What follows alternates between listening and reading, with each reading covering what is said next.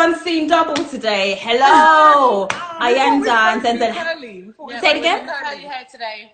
Curly hair, I know. How are you guys? We're good, we're well. Fantastic. We came into the salon because the children are just too much at home. So I know, I've warned mine. I've shut the door, I've warned them, no one's to enter. So I've just been bigging you up a little bit. And I've been following you over this lockdown. You've been doing your Insta lives, etc. And obviously I'm a bit of a cheater because I know a little bit about you too. But I think what is amazing with you two is that you really epitomize Miss Garden, beauty with brains. So I think today we're going to really get under the skin of your journey, how you started, the who, what, where, why, and how of everything. Because I think today there may be women who have got their own business, or they want to start their own business, or they're thinking of going from a side hustle to a fully fledged business, and or maybe some women are just paralyzed with fear and they don't know how to move forward. So today I think you can inspire us all to get moving. yes. Right, okay, so I'm going to start. I'm going to ask you both to just briefly introduce yourselves and say a little bit about your individual businesses and give us an indication of the level of your success. Hi, Tippy. Levels. Go, okay. Not too much, because obviously they're all going to come out in the interview. Okay, so my name is Ayanda Owusu-Boachi, and I am the owner of House of Hair UK, and it's a alternative hair extension salon based in West London.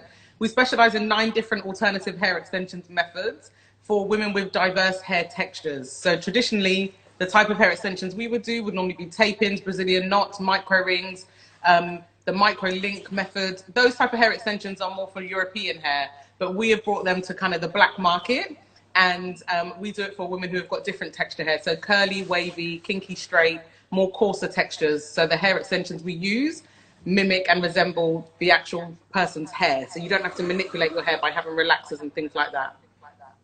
Fantastic. Okay, you missed one thing out. I said, give us a little indication of the level of your success. Don't be shy now. Oh, sorry, you froze just for a second for us. Okay, all right then. So, and you froze as well. So I said, give us a little indication of the level of your success. Oh, okay. So, Ronnie. Let me think. So in the last, I changed from a side hustle and working full-time as a social worker 5 years ago, about 5.5 years ago. So I've always done hair extensions as a side hustle. And then when I had my children, about 5.5 years ago, I opened up a very small little salon. And in 5 years, we've managed to reach double 6 figures. And I've relocated my salon because we needed more space. So we now have, well, I now have a 7-seated salon. So there's 7 different stylish stations. There's a nail station and 3 different beauty rooms downstairs. And we have an education platform as well now. So we've got an online education platform, and then you can come into the actual salon and do hands-on training. And I also have an online retail store as well, where I retail kind of training tools. So like the micro beads and the pliers, and then also the hair as well. So we've got our own hair range. Fantastic. Ladies, give me a whoop whoop. Give me our flamingo lady, give me some muscles, because that deserves a serious round of applause. This is amazing. This is sisters who are really doing it. Beauty with brains. Fantastic. Zandela, over to you. Hello. Okay, so I'm Zandela Secka, and I am the owner of a company called the AICS Group. It's not, we don't have an Instagram page for the company, but what we do is specialize in community-based rehabilitation for people who have suffered from brain injuries. So that's basically it. We operate very similar to a recruitment agency, but we only specialize in brain injuries. So we work in the private sector care. We don't really have clients that have come from social services or the NHS. We work with litigation cases of people who have had an injury that was not their fault. Fantastic. Ladies, everybody in here, we need to give them something. What are we giving them? These are ladies who started from scratch 100%. and are doing it. This is amazing. So fantastic. Before I continue, I didn't even get to introduce myself. So my name is Judith. I'm a freelance marketing consultant. I'm a career mentor. So this is definitely up my street. Share, because this is going to be amazing. You're in for a treat. If you have any questions, please use the question icons to put your questions through. We're going to have Q&As at the end, so please put your questions through. And the twins are giving us an amazing giveaway. 5 prizes, 5. So listen to what they're saying, because we'll be answering the question later on. So now everybody wants to know, and including me.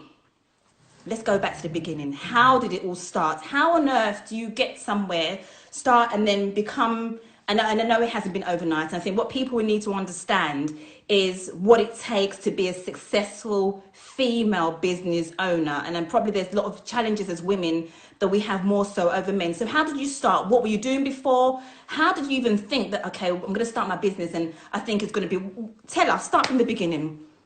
So I started my business about 14 years ago. Well, not this particular business. This particular business is only 7 years old. But 14 years ago, I was a recruitment consultant. And I was working for all sectors in recruitment, and decided, I think my manager at my recruitment agency made a joke saying that I could never run my own company.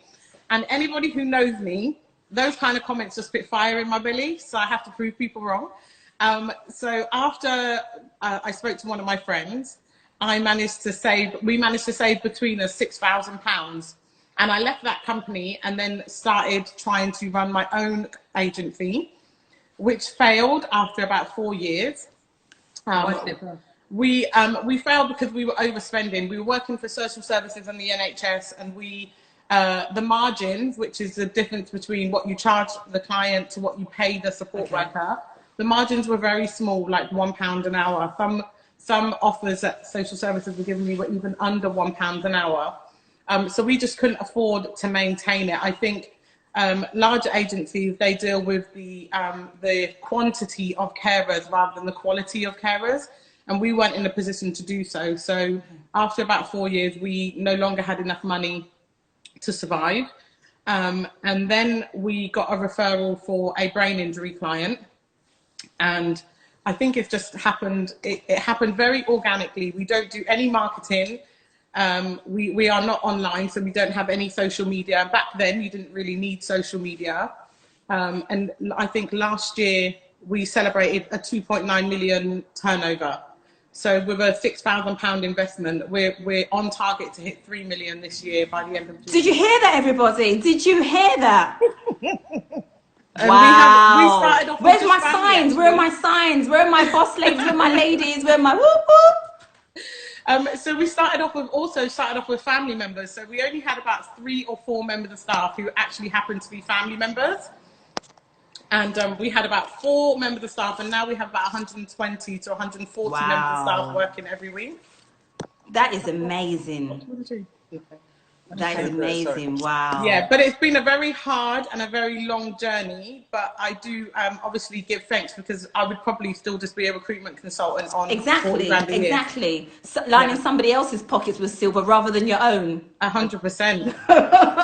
And that's what we're trying to get away from. Ayanza, tell us your story. How did you start? What were you doing? What was your thought process? So I have always done hairdressing on the side. So I worked as a social worker. So I used to work in children's homes, and I used to do wigs and weaves and things like that on the side while I was working in a children's home. I never felt like hairdressing or having a salon was going to be like a lucrative career, or could even be a career path. So it was always just a side hustle, something I was passionate about. I then what did I do? So I ended up training as a kind of, what's it called? A junior social worker. Okay. So I ended up training as a junior social worker, and ended up working as a social worker for a number of different London authorities, local authorities. And while I was doing that, I was living in my tiny little studio flat. I remember this. And my friend came in, and she had some hair extensions in, and they were individual strand hair extensions, and she was a black woman. And I'd never seen it on anyone, let alone a black person. Okay. And when she spoke about the price point and said she paid, I think it was over £700, I was like, whoa, £700. I do hairdressing. Yes, I was like, I do hairdressing. I'm like training this. Ended up having a chat with my boyfriend, who is now my husband, and had a bit of a chat. I found someone to come and do training in my little studio flat, done the training, started advertising on Facebook and Groupon. They were the only areas that you could ever train. Wow. That you could advertise, sorry. Instagram wasn't really around, and I didn't have the kind of capital to create a website. Back then, websites were very expensive. Okay. And so I ended up posting it on Gumtree and on Facebook, and the influx of people was incredible. So my husband was like, okay, let's get a mobile phone, let's get a website, Wow. let's get this stuff done. he was on it. He was like, okay, Let's move quick. Absolutely. And I've never looked back. So every now and then I would do some kind of big marketing. I started then paying for Google AdSense. I started paying for Facebook adverts and things like that. Every time I had a special occasion coming up, like for my wedding, and I'd gain a ton of clients, but then I'd work really hard to maintain them and keep them as my clients. And then over the years, I had a big client base, which then allowed me, when I fell pregnant, to decide that actually I'm not going to do social work anymore, and I'm going to open up a small little boutique. Fantastic. So that's what happened. But we actually owned a house. So we purchased a house in Reading, where we're originally from. Okay. And we had sold that house, and with the money that we had made, the profit, I took a little bit of hers and I had mine, and that's how I ended up opening up my salon. So that was my investment. Wow. And it was just literally to buy some hair stock, pay for the lease, and to decorate the space. Oh, sorry. It was just to pay for the lease, like the deposit and the 3 months that you have to pay up front. Yes. Get a little bit of stock and some uniforms, some branded materials and some hair. Yes. And that's how I started kind of my journey, which was over 5.5 years ago. This is amazing. I think everybody, if you're not inspired now, then I don't know what is going to inspire you. This is just, two sisters, twin sisters, but just doing their separate things and thinking, you know what, I'm going to make this a success. I'm going to try and start this. And, it takes as I said, it's been a long journey, but you've got to start. As I say, little drops of water make a mighty ocean. Right. Fantastic. Now, Ayanda, I want to ask you, so you mentioned yourself, you talked about side hustle. So how do you, so you talked about it just blew up. How do you go from having a side hustle? Because there might be people on here, ladies, men as well, that have a side hustle at the moment and don't know if they're ready to take it big. What was that thought process, or what went through your mind that made you realize, okay, well, or any indication, okay, I've got side hustle, I can now go and take this bigger? So for me, there was a few different motivating factors. So one of them was that I worked in the social care industry, and as much as I love social care and I love being a field social worker, the energy that I would get from clients as a preventative social worker, you knock on that front door, they open up the door, and their body language is, and it became really draining for me. So I started to promote my hair extensions business slightly more because I wanted to eventually do that part-time. Okay. Because I felt like it was really draining, and I just didn't have the passion for it. So I don't know if anyone on here has ever been or worked in the social care industry. You know that you get to burnout, and there's a few symptoms and signs that you will realize that actually you're burnt out. And one of them might be that you'll go to a meeting or something, and you'll go back to the office to try and write minutes, and you cannot remember what was even discussed in it. That's a sign of burnout. And so I got to a point of being burnt out. So that was one of my motivating factors. The other thing that made me kind of plan going from a side hustle to it was my clients. Going from a side hustle to my main income, I believe that it was my clients, because through talking to them and finding out, okay, so if I do set up my own little studio, are you guys going to follow me? Because I won't be coming to your house anymore because it was just mobile. And I had a lot of clients who I'd been able to maintain over the years. So I would do my social work job on almost every single evening and all day Saturdays and even some Sundays in the afternoon. I would actually be doing clients. So when I looked at the finances, I was able to sustain my social care income for at least 2 to 3 months. Wow. Which was just my income. I didn't have enough to sustain the actual property and the rent and everything, but I knew that I was able to kind of manage at least my income and cover my bare minimum bills for a couple of months. So my advice to anyone who's considering going from a side hustle into turning their side hustle to their main income is to have systems and things and procedures in place so that you know how you're running and structuring the business, but also to just make sure that you're financially secure. Otherwise you will get very deflated. Yeah, but I think that when you're going from a side hustle, or when you're considering to run a business and you work for someone, I think that you spend what you earn. Most people have very little left over at the end of the month to be able to say, I'm going to put aside £1,000 or £500, so that when I skip and I go, transition from a side hustle into my into a full-time business owner, I think that it could take you a year, 2 years if you do it like that. So I think that a lot of people who are trying to do a side hustle, use all that side hustle money and don't touch it. Don't touch it, so that you can then use that as seed money to grow the business. Right, okay. And also, I think the hungrier you are and the more scared you are of failing, the harder you will work. So if you've saved up 6 months worth of money, you, for the first 2-3 months, you're going to not work very hard, because you're in a place of security. You're going to feel comfortable. Yeah, you're too comfortable. And I didn't transition from a side hustle into a full-time role. I literally quit my recruitment agency, quit that job, and after a month and a half, we realized we had no money, so we had to go hard, because we couldn't pay all the bills. And I think that gave me a little bit more drive. Every morning that I woke up, it wasn't a case of me going, I'm going to wake up at 10 o'clock and jump on the computer and start doing this. No, I was up at 7. I was up before everybody else, up and ready and at my computer. And most people who are doing a side hustle or working from home, they don't operate like that, because you start to get into a bit of a comfort zone, and you're at home. Bad habits and bad habits. Yeah. And I think that if you have too much cushion money, you will let months and months go by, and then realize, oh, we don't have any more money, and then you're going to go back and get another job. And then all of a sudden your dreams of having this business have been put on the back shelf because you didn't push hard enough when you had that cushion money. I guess the message there is, if you want it bad enough, you work hard for it. And I think, Diane, when you were talking, a lot of the viewers were resonating with you. There were some social workers on there. Some were saying, yeah, I hear you. I'm not enjoying my job, etc. So I think there's a lot of people on here at a moment whereby it's almost they're at a cusp of, okay, well, I don't like what I'm doing. Almost, I call it a crossroads. I don't know what I'm at a crossroads. I don't like what I'm doing. Not sure how I'm going to forward, or I kind of know how I need to move forward. But also, Zandela's saying, actually, sometimes you just got to throw the towel and go for it. And I guess sometimes it depends on your level of risk.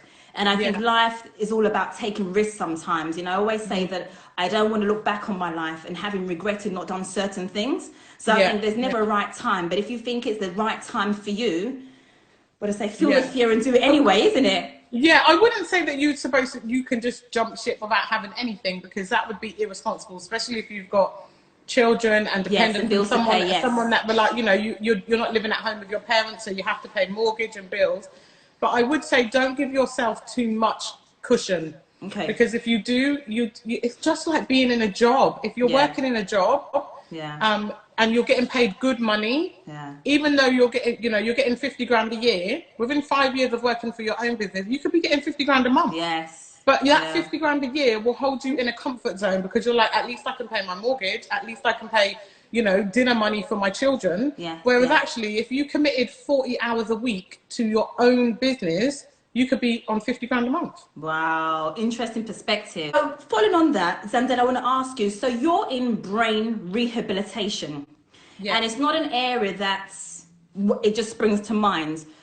Is it that you were passionate, or you knew about it? And do you think it's important to have a business that you either have a knowledge of or a passion for, or if you find a gap in the market, you just go for it? What do you think? So people cuss me all the time about this, because I personally don't think you need to be passionate about it. I think you need to be passionate about something.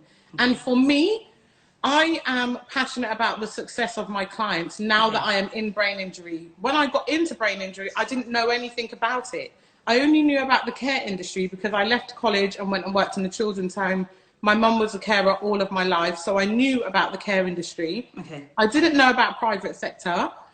When they said a solicitor pays your bill, or the insurance company of the driver who caused the injury pays the bill, I was lost. I didn't know what the hell they were talking about. And then I became passionate about money. I have 3 boys, and I am very passionate about creating generational wealth. So fantastic, ladies. I think we need to get our muscle sign in here, don't we? Let's do that. Woo!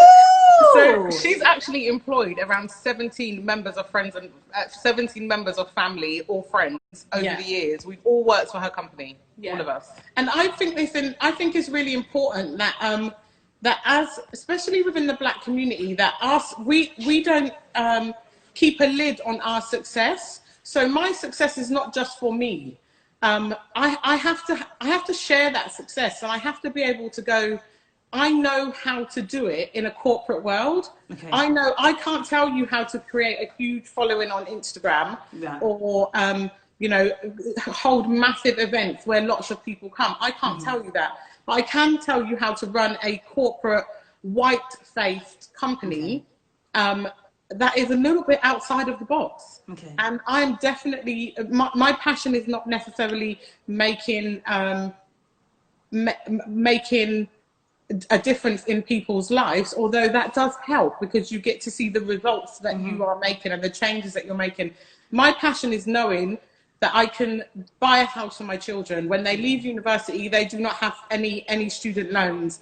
That I'm creating a generational wealth. So when my son, if he doesn't want to go to university, he doesn't have to go to university, but he has to know how to run my business successfully, so that when I pass on, I'm leaving them the wealth of my business. Fantastic. And I think we probably got various listeners on here today from various backgrounds, but I think that's something that in our community that we need to listen to. And what you've just said, I think, is a pointed word in terms of creating generational wealth, so that every generation we don't start from zero.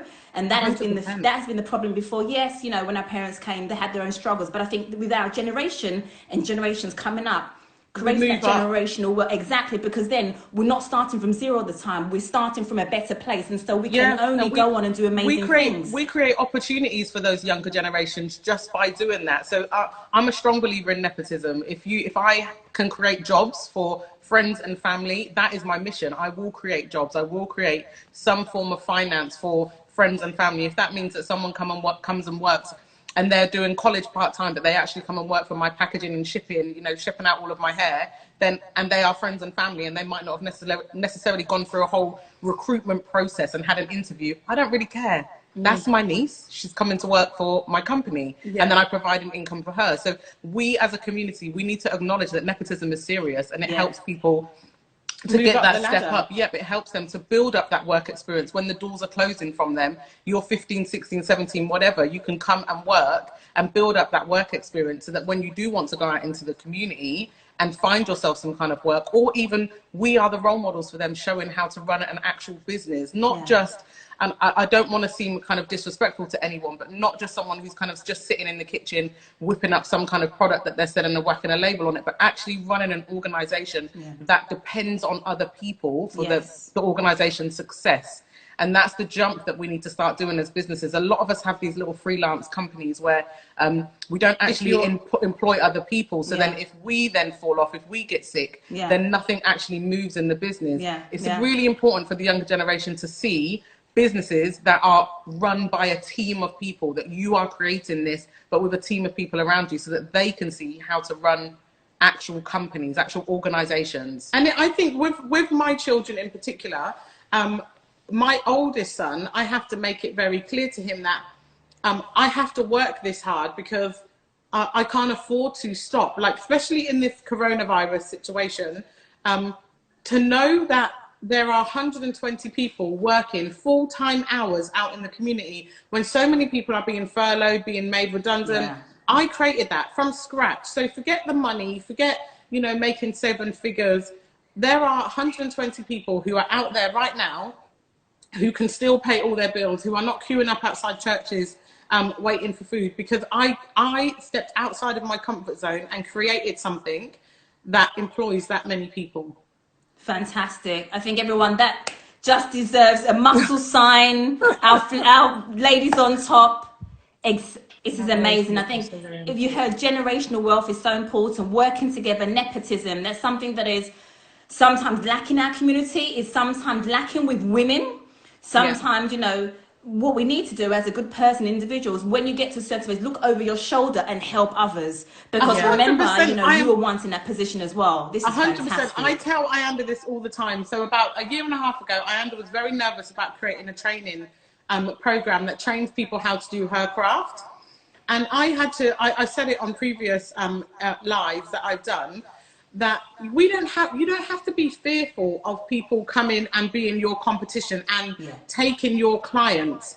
Not because you stand out from other people, you don't necessarily need to, but because if Ayanda has 15 years worth of experience in doing hair extensions, if you train someone today For them to be as great as you is going to take 15 years. Exactly. And unless you stand still, unless you go, this is my business, I'm not going to do nothing more to improve this business. This is it. I've got, 100 clients that come back consistently and I don't want anything else.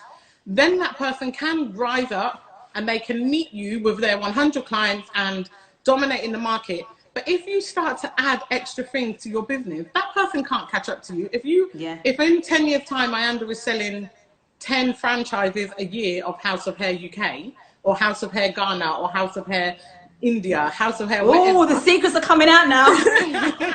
If Ayanda is selling franchises, that person would only just have 10 years worth of experience. So they would still be 10 years behind where she's climbing.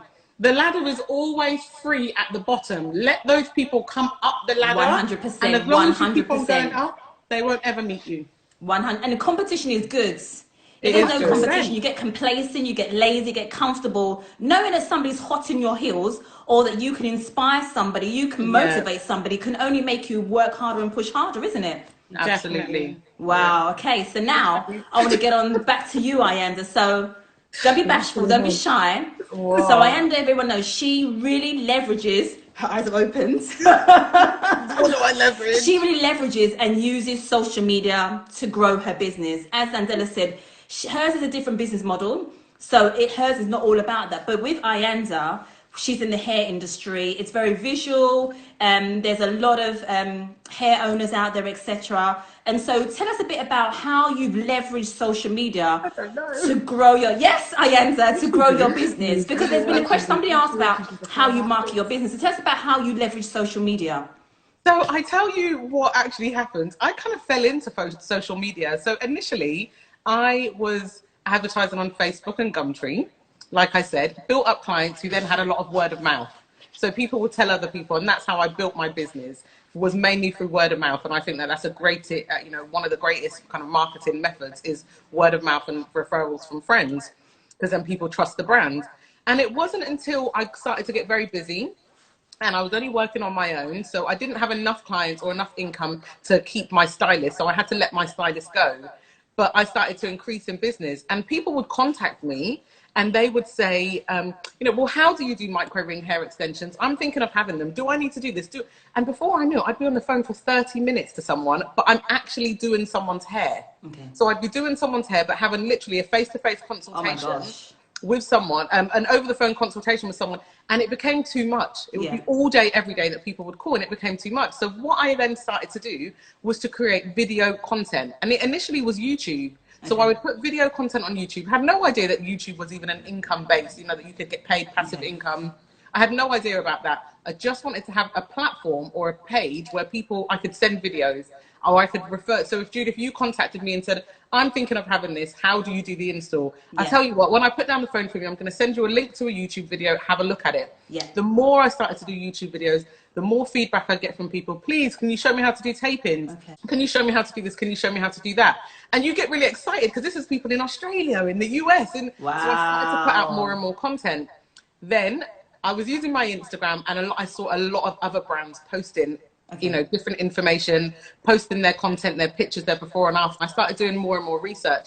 And it was obvious that Instagram was going to become the way that people would be able to see your business if it was visually. So now, I was talking on my live yesterday and someone was saying that she noticed or has seen actual surgeons, plastic surgeons in surgery doing Instagram live and posting content. Is it literally every single business out there, if you want to build up more business and build more customers, you're on social media. So I decided that I'm going to push my social media more and be more consistent. Now, consistency is key when it comes to any social media platform. So I try to post on Instagram at least twice a day.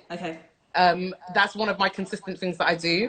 I'm now working on doing Instagram lives like we're doing today. I use my Instagram stories. I use my Instagram to tell people about the business and service that we offer, as well as showing and giving live demonstrations of what it is that we actually do. So you might see on there that it says consultations are free. And I'll post that up as an actual Instagram feed, or it might be a video of a before and after of someone with short hair versus curly hair, or how you can remove the hair extensions at home. And I just use it as a platform to reach as many customers as possible. And it's a visual. Hair and beauty is very visual, isn't it? People want to see the results and know that they can trust the brand. So if anyone's out there and they are doing anything that is hair and beauty based, and they're thinking of how to use social media as a means of doing that, then I would say you just have to be consistent, and you have to really give a lot of yourself. You have to demonstrate exactly what it is that you do and put yourself in the position of the actual consumer. Okay. Yeah, so I might just want to show me doing the books, but actually everyone just wants to see how I coloured the curly hair. Like, it doesn't matter how I done my books and my stock take, because that's not who my client base is, who are following me. So you have to be consistent. You have to make sure that you're giving them information that the customer wants to see, or something that you're just trying to promote. If I was just trying to promote braidless weave, then I would do braidless weave. I have a campaign that's coming up, was meant to be this summer, which is going to be far more Indian women, because my Indian client base has kind of trickled off a little bit. So I'm going to be doing lots of Indian bridal type of before and after videos. I've got a stylist who's going to be doing the bridal styles and just showing how you can create those styles with hair extensions. Okay. And Instagram, I 100%, we can come back in a couple of months' time, like after we've had the lockdown, and you'll be able to see how the Indian client base has increased, because it just will. Wow. People will see themselves in your images and think, oh, okay, I'm going to book that. Yeah. So it definitely helps to build business. Wow, all about strategy. And actually, if you have a business, anybody out there who's got a business, think of starting, actually, if you've got it, if you don't tell people about it, how will they know about it? So wherever your customers are, and resonate with them, what do they want to see? What do they want to hear? What do they want to hear about your product? How can you relieve that pain they've got going on in their lives? Wow, fantastic. Yeah. And I can't believe the time is ticking. Are you guys all sharing? I hope you're sharing. Tell your friends to come and watch. We're going to have some questions in a minute. Keep your questions coming through the question button, and share. And don't forget our giveaway. 5 prizes. Woo! Okay. Now, I want to go on to, I had a question actually, and I was going to target it at Zandela, but it's both of you, and I think I'll start with Zandela. Okay. The question was, what has been, I guess, one of your challenging moments so far in your business? And actually, we are in one, COVID-19, but how has it affected your business? How have you embraced it? I know Ayanza, I've never seen her so busy on Instagram. I don't know, Ayanza has challenged herself to do 10 Instagram lives back to back every single day for 10 days. I was watching yesterday with your drink. Oh yeah, I do drink. So tell us, how have you embraced COVID-19, and have you managed to maybe use it to your advantage? So there've been many struggles, and I think anybody who says that you don't struggle in business is a liar, and they don't have a successful business. But in this particular COVID-19, we really struggled with trying to protect our clients and trying to protect our staff, because this is something that we've never seen before in our lifetimes. We've never had to deal with such a threat, and we still had to make sure that clients that cannot be left alone, cannot move in with family members, make sure that care is still provided for them. So I think in the beginning, just before we were about to go into lockdown, we have a lot of friends in the industry now. I know police officers and a lot of nurses. So they kind of gave us a little bit more information that this is what's going to happen. The lockdown is going to happen, and we're going to be following suit from Italy and things like that. So we got very prepared. We had to do risk assessments for each client and risk assessments for 120 members of staff. So we had to discover who drives a car, who's going to have to use public transport. In the end, we had to buy 2 cars because there were so many members of staff who rely on public transport. We had to buy 2 cars, had to hire 4 drivers to be able to do the drop-offs and pickups of support workers to get to clients' houses. And about 2 weeks into the lockdown, we started to get emergency referrals from the NHS and social services, which we didn't expect to happen. We actually forecasted that our hours per week would drop by about 500 hours. So we said we put a contingency in place for clients getting sick, support workers getting sick, and clients just going, we're moving in with family members during this period. But actually what happened is it went the complete opposite way. We started getting phone calls from the NHS and even private hospitals, because we deal with a lot of private hospitals, and they started saying, we have 3 people that are inside the Wellington Hospital or something like that, but we are now giving our beds to the NHS because they're overrun. We need to discharge them and get them home. Can you help? So actually COVID-19 has become something that has temporarily helped the business grow.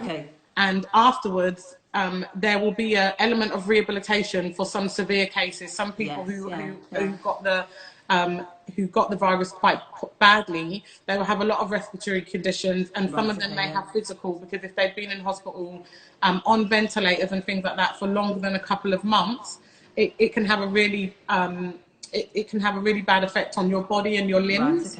So therefore we're expecting an increase in referrals for some people who require rehabilitation. Fantastic. God is good. Fantastic. And Ayanda, how have you, you know, I mean, COVID-19 is probably one of the most challenging things as a business owner you probably would have experienced. How is it affecting, how have you embraced it and used it to your advantage as well? So initially I didn't embrace it because I only relocated to the bigger salon in December, and then we had to close by March. But my biggest months were December, January. Well, January slowed down, but December and February was my biggest sale month. So I was like, oh my God, business is going to be booming. We're going to be so busy. Had all of these plans, hiring all these new members of staff. And then all of a sudden COVID-19 hit. So when it initially happened and I could see it coming in, I'm a big conspiracy theory kind of person. So I was watching all of those conspiracy theory channels and really like getting paranoid and being like, this is going to happen. How are we going to press them? They're going to shut us down. They're going to do this. She's like a 5G queen. Yeah. So I was going crazy, right? And so when it happened, I really, really plummeted. So I only plummet for a small amount of time because my sister doesn't allow it. So, I got really, really, I wouldn't say depressed, but really kind of deflated in the business. I was just lacking motivation. I wasn't really interested in doing anything. And then I snap out of it and I realized that actually there's so much things that I was working on or wanting to work on that were draining me because I'm constantly behind the chair doing clients. I get home. You just didn't have the time. Didn't have time. I'm referring to emails, text messages, and so on. Or all of these plans, all of these things that I had on my vision boards, all of these little, you know, the notes section on your phone. If anyone's seen my little office at home, you'll see that the wall is just covered with all these different notes and lists that I'm trying to do. And I thought, why not seize the opportunity? Why not seize the opportunity and just start actually doing stuff? So I created my digital platform. So my digital classes, and my pre-recorded classes, so that people all over the world, I get constant calls from Nigeria, from Atlanta, from Ghana, from Australia, people saying, how do I do training with you? And I had no idea how to do it. So I started doing live stream classes, and then I've done pre-recorded classes. None of this stuff would have happened if I was working. If I was working, it would not have happened. So it actually, I've seized the opportunity. Sorry, can I just say, and she probably doesn't want me to say, but in the space of in the month of April, just on digital classes, live stream classes, and selling PDFs, I made over £10,000. Why? Talk too much. That is amazing. Yes, I think that she should scream that louder from the rooftops. Yes. But during you know what, lockdown, it's been that people need to be here to be inspired, because, you know, I always say every disappointment is a blessing in disguise. And as much as COVID-19 has turned everything upside down, actually, we didn't ask for this, and we have to embrace it. And actually, how can you make the best out of a bad situation? And it just shows that you have done that. That is amazing, Ayanda. Thank you. I feel like I manifested it. I'm a big manifester as well. I feel like I manifested it because at the beginning of April, and your cup of water. Yeah, you're right. Oh, when you see Ayanda, ask about her cup of water. It's really good. Glasses of water. So I wrote it down at the beginning of the month, but as a joke, thinking I'd maybe make like a couple of thousand, be able to cover some of the bills and things like that. This is amazing. No, well, hold on. I need to... Yeah, I didn't realise that it would make that. This is amazing. I'm launching a hair loss line, so people who've got hair loss at the top. So I reinvested it straight into the business. That's another thing as well. If you are starting up a business, anyone on here is starting up a business, understand that it takes a lot of reinvestment. You can see big turnover. You can see the amount of money that you're making. Be very proud, be inspired, give yourself a pat on the back, and then push it back into your business. Obviously cover your bills and everything, but push it back into your business, because sometimes you don't want to take in external investment. You want to just reinvest yourself into your business. And launching my education side, or kind of expanding that, as well as expanding on my retail side, all of that money has just gone straight back into the business. Fantastic. But I'm still really happy that I was able to make it. Fantastic. You guys okay? Yeah. Just I can't believe time is ticking. And we've got the questions are coming in, which is fantastic. So I'm going to get to them. So if you could change anything about your business journey, what would you change? Should I go? So for me, I'm mindful of the time, but for me, the thing that I would change is just the planning and preparation. So I would have much more systems in place for an expansion. You know, people say, be careful what you wish for. Yes. I wished all of this into my life and then had no planning no kind of systems. No, I literally recently only got a booking system. It was all pen and paper or on my phone.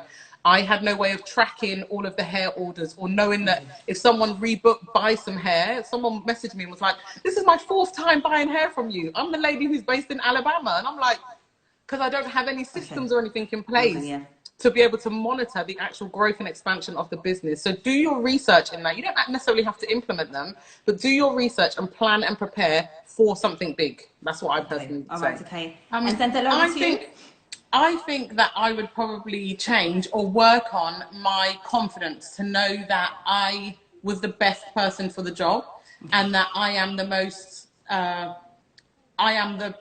most experienced in the room. Does that make sense? I'm in a field where 5 years ago, I would go to a conference and there'd be 500 people at the conference and me and my business partner would be the only black people in the room.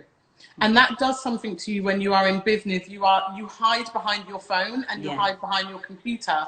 And I think if I had stepped out of my own way and known how good I was at this job, then I think this business would have been at this level of success 3-5 years ago. Interesting. So the confidence to know that you are very good at what you do and that imposter syndrome doesn't exist. Because you're not an imposter. Once you know your field, then you know what you know. You might not be as great as the larger companies, but you still know what you're doing. And all it does is take time for you to get to where those larger companies are. You're not an imposter. And that's what I struggled with for many years in my business. Fantastic. See, know your worth, believe in yourself, believe in you. Wow. Right, okay, so I'm going to ask you one last thing before we go into the Q&As and our competition. What, in a nugget, maybe 1 or 2 words, if somebody's there today thinking, I'm at a crossroads, I want to start my own business, or I want to go from a side hustle to a fully fledged business, what very short, very succinct advice would you give them? What would you say? Go for it, go. I always just say to people, do it, fail, do it again, fail. Do it again and learn, do it again and fail. Okay. It doesn't matter. It really doesn't matter. Unless you are knocking on 80s door or even 90s door and you haven't got much time, it really does not matter. Just do it and fail. Try it. Try anything. If you fail at it, you can just try again. As long as you're learning every time you stumble across some kind of hurdle, as long as you're learning from it, implement those changes and then try it all again. You've got to have the ability to figure things out. If anything can fail, you can't control everything around your business. You can only control you. So you have to be able to take on other people and their failings that impact on your business, but figure out how you're going to overcome it. So do it and fail and learn and do it again. And then also have the ability to figure shit out. Yeah.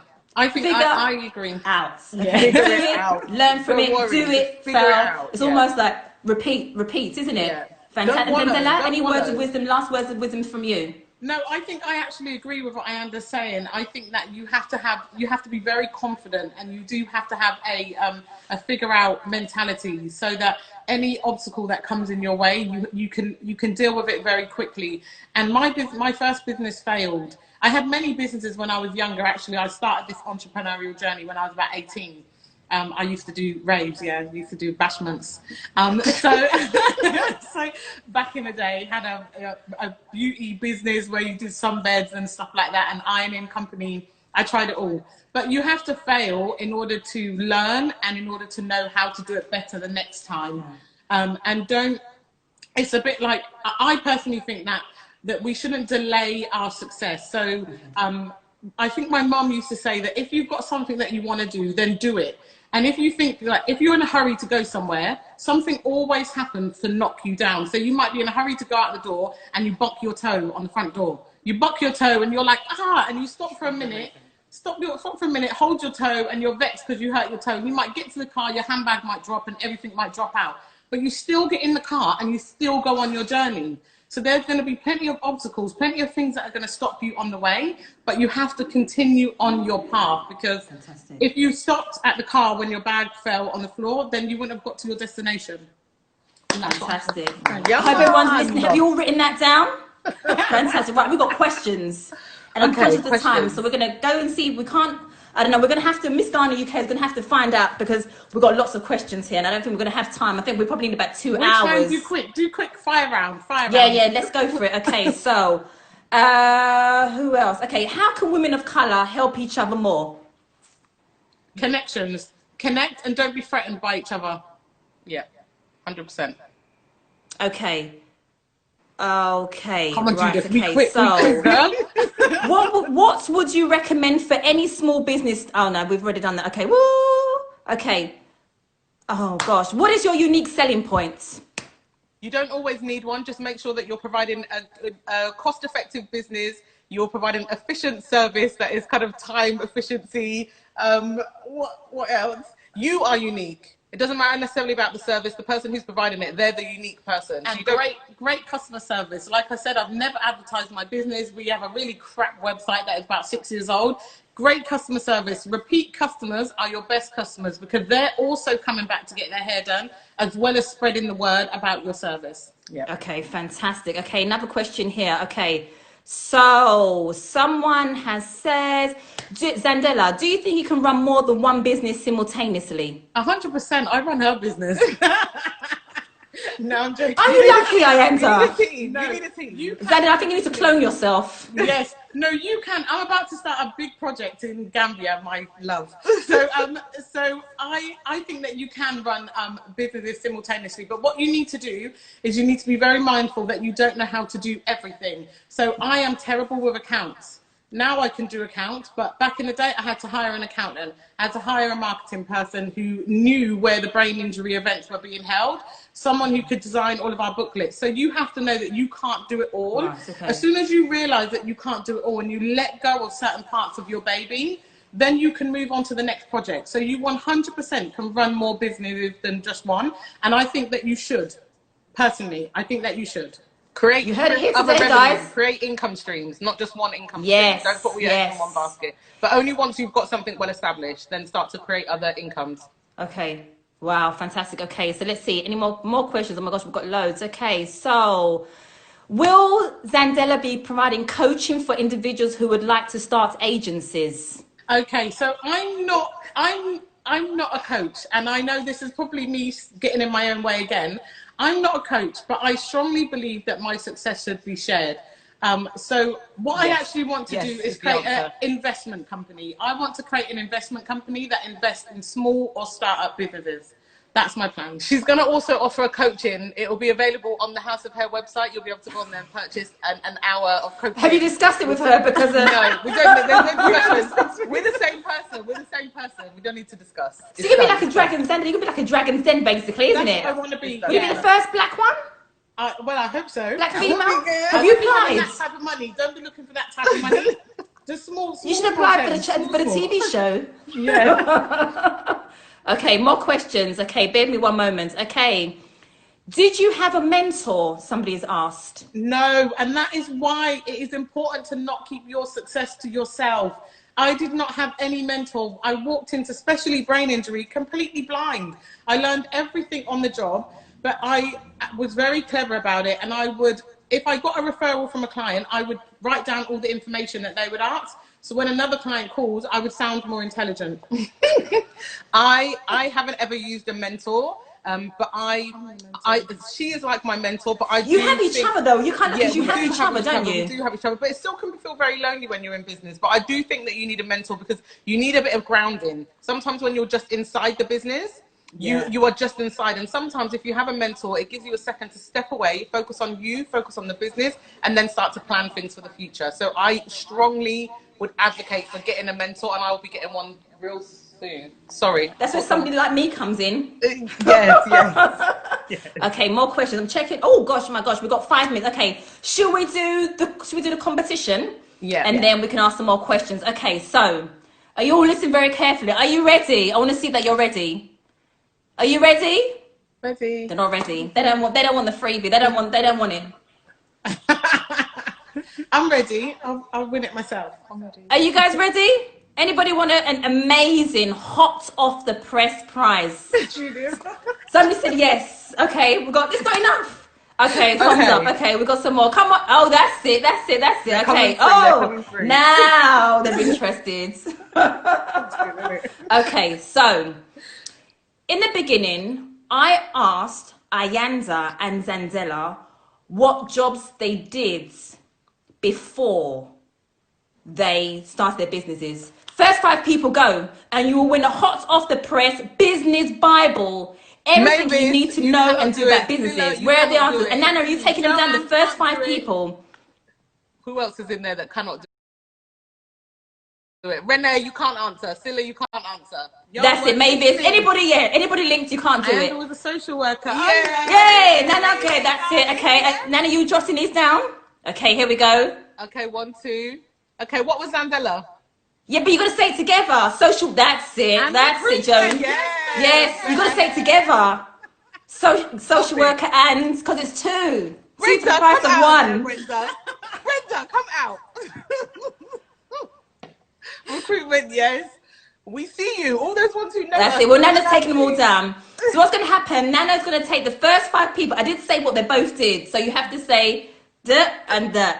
And you, Miss Garner, will be sharing your details with Ayanda and Zandela, and the business Bible book, hot off the press. Yeah, will be you coming get 2. out So you to get you. 2. So you get my business startup, which is more based around hair and beauty, and then you get Zandela's business. Oh my channel. gosh! So you get 2. Yeah. Oh my gosh! Wow! So 2 books. Wow! Everyone's still coming. Jackie said they're not fair. Wow. Okay, let me see the time. Right, let me see if I can ask one more question. You know what? Do you have anything to say? Any last kind of like nuggets? Anything you want to share? Anything you want to say? Okay, so we have decided, right? You know, when you're in COVID, your brain just goes a little bit crazy. So we are constantly getting messages from people who are at beginning stage of their business. So we have decided that tomorrow we are going to do another Instagram live. It's going to be for 2 hours. So it's going to be between 2 and 4 o'clock. And we're inviting people to come onto our Instagram live like this. So you have to come on and talk with us about where you are in your business. Okay. What are the plans for your business? Talk about your client base or your target demographic. And then 2 people will be able to win £250 startup money, either for a logo, to do a very basic website, whatever it might be you want to put it towards. But £250 is going to 2 different people tomorrow. Fantastic. What time is that tomorrow? 2 p.m. till 4 on House of Hair? On the House of Hair, yeah. Okay. House of Hair one. But you have to be willing to come on to live with us. Okay. Yeah. Okay. Wow. Anybody who's at the beginning stage of their business, yeah. With their Anybody who's at the beginning stage of their business. All right, okay. Can come on and discuss their business, ask us any questions, get any advice. We're given probably about 5 to 10 minutes per person. And then everybody will be 2 people will be randomly picked to win £250. Fantastic. We will be there. And we will be there. You know what? Good. I just want to say thank you. It's been, I think we could have gone on for hours just talking to you. It just felt natural. I've got 1.57 seconds remaining. So I just want to say thank you to you both. Everybody, I think we have been inspired. We've been enthralled. We've been motivated. And I think if anybody's at crossroads and is unsure, if these 2 sisters can do it, saying it, no, they're doing amazing things now, but when they started from, it's been a journey. So you look at them and it said, you are enough. Never think you're not enough. Believe in you, push yourself and see what you can do and just go forward. Learn, take a risk, learn, go forward. So thank you. You guys have been amazing. Book Judith as well for your business startup coaching, your planning, all of your kind of career mentoring.